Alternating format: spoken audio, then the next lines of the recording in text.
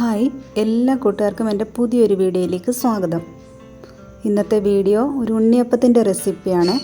കുറച്ചധികം ഉണ്ണിയപ്പം ഉണ്ടാക്കിയെടുക്കുന്നുണ്ട്. ഇതെനിക്ക് ഓർഡർ കിട്ടിയിട്ടുള്ളതാണ്. 600 ഉണ്ണിയപ്പത്തിൻ്റെ ഒരു ഓർഡറായിരുന്നു. അപ്പം ഇതിൽ ഞാൻ എടുക്കുന്ന അളവുകളെല്ലാം ഇതിൽ കാണിക്കുന്നുണ്ട്. നമ്മൾ വീട്ടാവശ്യത്തിനൊക്കെ ചെയ്തെടുക്കുമ്പോഴത്തേക്ക് ഇത്രയും അളവുകളുടെ ആവശ്യമില്ല. അപ്പോൾ ഞാൻ ആ ഒരളവും കൂടി കൊടുത്തിരിക്കാം. അപ്പം നിങ്ങൾക്കത് കാണുമ്പം കുറച്ചും കൂടി സൗകര്യമായിരിക്കും ചെയ്തെടുക്കാനായിട്ട്. നമുക്ക് വേഗം തന്നെ വീഡിയോയിലേക്ക് പോകാം. എങ്ങനെയാണ് ഇത് ചെയ്തെടുക്കുന്നതെന്ന് നോക്കാം. ഞാനിവിടെ 3.5 കിലോ പച്ചരി എടുത്തിട്ടുണ്ട്. സാധാരണ ദോശയ്ക്ക് എടുക്കുന്ന പച്ചരി ഉണ്ടല്ലോ, അതാണ് എടുത്തിരിക്കുന്നത്. ഇത് നമുക്ക് നന്നായിട്ട് കുതിർത്തിയെടുക്കണം. കുറഞ്ഞതൊരു 4 മണിക്കൂറെങ്കിലും നമുക്കിത് വെള്ളത്തിലിട്ട് വെക്കണം. അപ്പോൾ ഇതിലേക്ക് നിറച്ച് വെള്ളം ഒഴിച്ച് ഞാനൊരു 4-5 മണിക്കൂർ ഞാൻ കുതിർത്തിയെടുക്കുന്നുണ്ട്. പിന്നീട് നമുക്ക് കുതിർന്ന് കഴിയുമ്പോൾ നമുക്കിത് നന്നായിട്ട് കഴുകിയെടുക്കാം. ഇപ്പോൾ കഴുകുന്നൊന്നുമില്ല, ഞാനിത് വെള്ളം ഒഴിച്ച് അങ്ങനെ അടച്ചു വെക്കുകയാണ്. ഒരു 4 മണിക്കൂർ നന്നായിട്ടൊന്ന് കുതിർന്ന് വരട്ടെ. അതിനുശേഷം ശർക്കര ഉരുക്കിയെടുക്കാം. ഞാൻ 3.5 കിലോ അരി എടുത്തിട്ടുണ്ട്. അതുകൊണ്ട് 3.5 കിലോ ശർക്കര തന്നെ എടുത്തിട്ടുണ്ട്.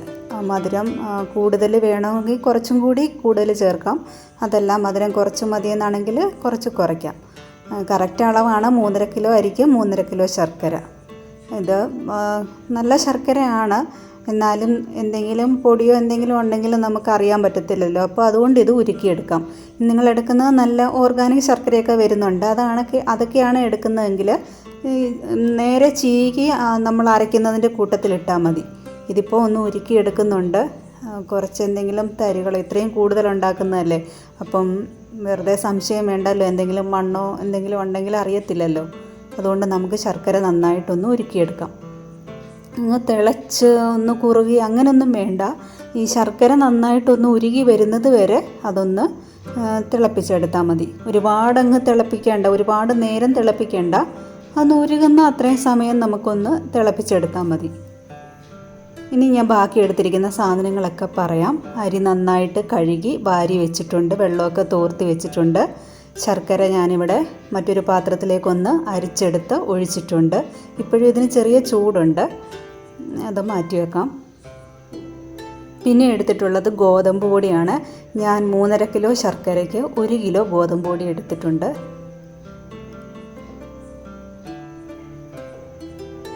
പിന്നെ എടുത്തിട്ടുള്ളത് ഇതിൻ്റെ ഒരു സ്പെഷ്യൽ ഇൻഗ്രീഡിയൻ്റ് ആണ് റവ. റവ ഞാൻ ഡയറക്റ്റായിട്ട് ചേർത്ത് കൊടുക്കുകയല്ല, റവ നന്നായിട്ടൊന്ന് കുറുക്കിയെടുത്തിട്ടുണ്ട്. 3 ഗ്ലാസ് വെള്ളം ഒഴിച്ച് ഈ റവ ഞാനൊന്ന് കുറുക്കിയെടുത്തിട്ടുണ്ട്.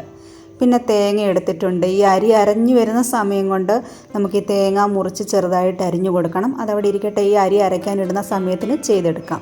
പിന്നെ എടുത്തിട്ടുള്ളത് 4 വലിയ പഴമാണ് എടുത്തിട്ടുള്ളത്.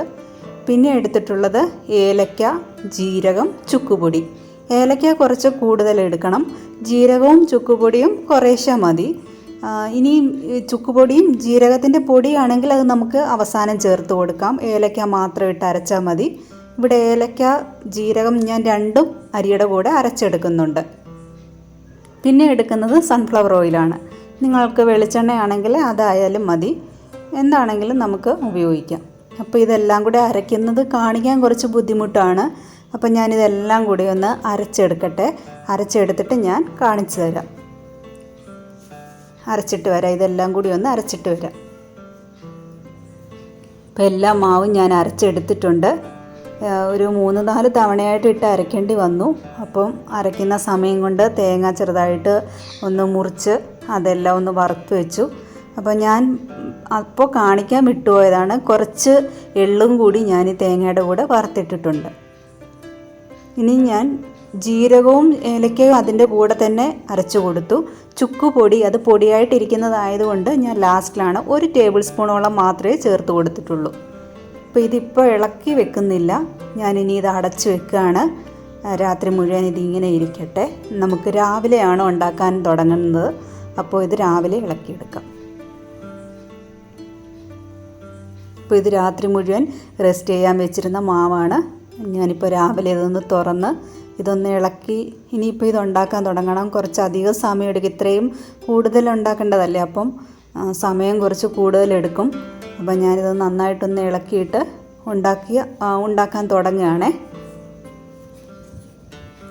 എനിക്കും അത്രയ്ക്ക് ഇത്രയും കൂടുതലായതുകൊണ്ട് അളവുകളൊന്നും അത്ര കറക്റ്റായിട്ടൊന്നും അറിയത്തില്ലായിരുന്നു. അപ്പം മുൻപ് ഒരു ഓർഡർ കിട്ടിയത് ഒരു 400 ഉണ്ണിയപ്പത്തിൻ്റെ ഉണ്ട്. ആ സമയത്ത് ഞാൻ ഉണ്ടാക്കിയപ്പം ഒരുപാട് ഉണ്ണിയപ്പം ഉണ്ടാക്കി. കാരണം കണക്കറിയാൻ വയ്യാതെ ഞാൻ കുറേ അധികം അരിയൊക്കെ ഇട്ടു അങ്ങനെ ചെയ്തു. പക്ഷേ ഇത്തവണ ഞാൻ ആ ഒരു കണക്ക് വെച്ച് നോക്കി അങ്ങനെയൊക്കെയാണ് 3.5 കിലോ അരി ഇട്ടിരിക്കുന്നത്. ഉണ്ണിയപ്പം ഉണ്ടാക്കി കഴിയുമ്പം ഒന്ന് നോക്കട്ടെ എത്ര വരുമെന്ന്.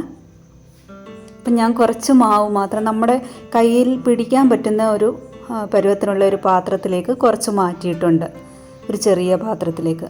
അപ്പോൾ അതിലാവുമ്പോൾ നമുക്ക് വേഗം ഒഴിക്കാൻ പറ്റും. ഈ വലിയ പാത്രത്തിൽ നിന്ന് എപ്പോഴും എടുത്ത് ഒഴിക്കാനായിട്ട് വലിയ പാടല്ലയോ. അപ്പം ഞാനൊരു ചെറിയ പാത്രത്തിലോട്ട് കുറച്ച് മാറ്റിയിട്ടുണ്ട്. ഉണ്ണിയപ്പ പാത്രത്തിലാണെങ്കിൽ ഞാൻ രാത്രി തന്നെ കുറച്ച് എണ്ണ ഒഴിച്ചു വെച്ചിട്ടുണ്ടായിരുന്നു, അടിയിലൊന്നും പിടിക്കാതിരിക്കാനായിട്ട്. കഴിഞ്ഞ തവണ ഉണ്ണിയപ്പം ഉണ്ടാക്കിയ സമയത്ത് ഈ പാത്രത്തിൽ നിന്ന് വിട്ടു വരാൻ വലിയ പ്രയാസമായിരുന്നു. അപ്പോൾ അതുകൊണ്ട് ഞാൻ ഇത്തവണ തലേദിവസം തന്നെ കുറച്ച് എണ്ണ അതിലൊഴിച്ചു വെച്ചു. ഇനി ബാക്കി എണ്ണയും കൂടെ ഒഴിച്ചു കൊടുക്കാം. എണ്ണ നന്നായിട്ട് ചൂടായിട്ട് വരുമ്പോൾ നമുക്ക് ഉണ്ണിയപ്പത്തിൻ്റെ മാവ് ഒഴിച്ചു കൊടുക്കാം. എന്ത് തന്നെ ആയാലും ആദ്യത്തെ തവണ നമ്മൾ മാവ് ഒഴിക്കുമ്പം കല്ലിൻ്റെ ചൂടും ഒക്കെ ആയിട്ട് അത്ര ശരിയാവത്തില്ല ആദ്യത്തെ ഉണ്ണിയപ്പം. ബാക്കിയുള്ള അത് കഴിയുമ്പോൾ തൊട്ട് പെട്ടെന്ന് ഉണ്ടാക്കിയെടുക്കാനായിട്ട് പറ്റും. ഞാനിപ്പോൾ മാവ് ഒഴിച്ചു കൊടുക്കുകയാണേ.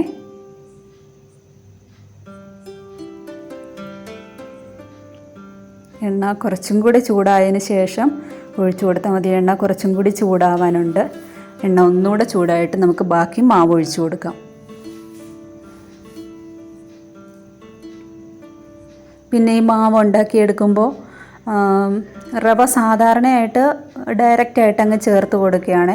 പക്ഷേ എനിക്ക് തോന്നുന്നത് ഇങ്ങനെ നമ്മളൊന്ന് കുറുക്കി എടുത്തിട്ട് ഈ മാവിലേക്ക് ചേർക്കുമ്പോഴാണ് ഉണ്ണിയപ്പം നല്ല സോഫ്റ്റായിട്ട് വരുന്നത്. അതുപോലെ തന്നെ നല്ല ടേസ്റ്റുമാണ് ഉണ്ണിയപ്പത്തിന്. ആദ്യത്തെ തവണയും ഞാൻ ഉണ്ണിയപ്പം ഉണ്ടാക്കി കൊടുത്തപ്പോൾ, അന്ന് ഞാൻ പറഞ്ഞല്ലോ 400 ഉണ്ണിയപ്പത്തിൻ്റെ ഓർഡറായിരുന്നു. ഉണ്ണിയപ്പം ഉണ്ടാക്കി കൊടുത്തപ്പോൾ ഇങ്ങനെ തന്നെയാണ് ചെയ്ത് കൊടുത്തത്.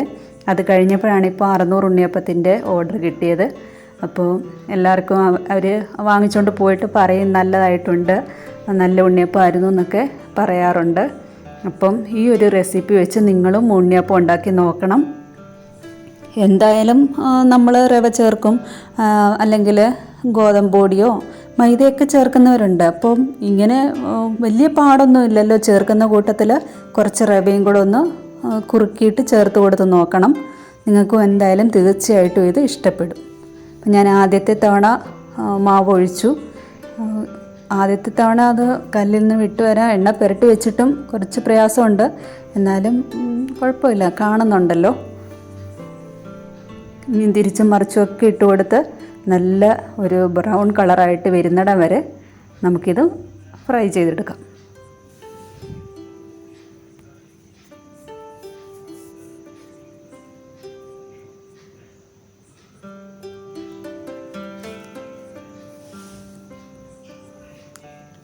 ഇത്രയൊക്കെ ഉണ്ണിയപ്പമൊക്കെ ആദ്യമായിട്ട് ഉണ്ടാക്കുമ്പോൾ നമുക്ക് ഭയങ്കര ടെൻഷനാണ്. എങ്ങനെ ആയിരിക്കും, ശരിയായിട്ട് വരുമോ, മാവ് കൂട്ടി വെക്കുമ്പോഴും ഉണ്ടാക്കാൻ തുടങ്ങുമ്പോഴും ഒക്കെ ഭയങ്കര ടെൻഷനാണ്. പക്ഷേ ഒന്നും പേടിക്കണ്ട, നമുക്കറിയാവുന്ന പോലെ നമുക്ക് ചെയ്തെടുക്കാം, കുഴപ്പമൊന്നുമില്ല.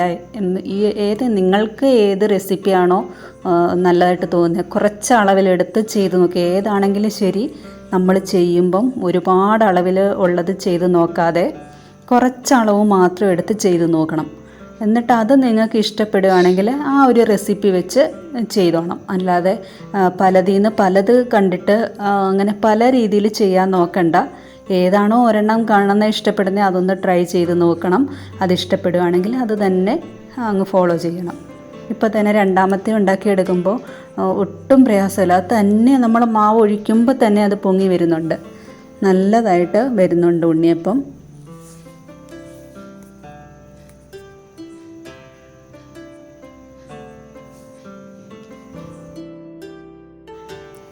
ഈയൊരു മാവ് ഒരു 2-3 വട്ടം ഒഴിക്കുന്നത് ഞാനൊന്ന് കാണിച്ചു തരാം.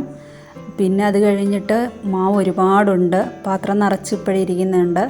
അപ്പോൾ ഇതെല്ലാം കൂടി എനിക്ക് ഇങ്ങനെ നിന്നിട്ടുണ്ടാക്കിയെടുക്കാനായിട്ട് ഭയങ്കര പ്രയാസമാണ്. ഒരു 2-3 മണിക്കൂർ ഇങ്ങനെ തന്നെ നിന്ന് ചെയ്യാമെന്ന് പറഞ്ഞാൽ കാലൊക്കെ വേദന എടുക്കും.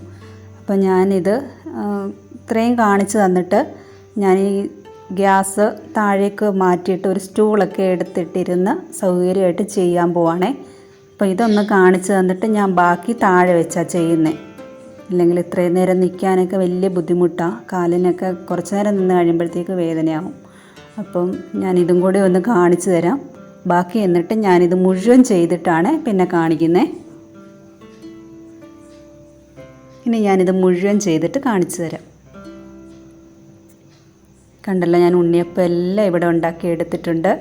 ഉണ്ണിയപ്പം ഉണ്ടാക്കിയിട്ട് അവർക്ക് കൊടുക്കാനുള്ള 600 എണ്ണം എണ്ണി വെച്ചിട്ടുണ്ട്.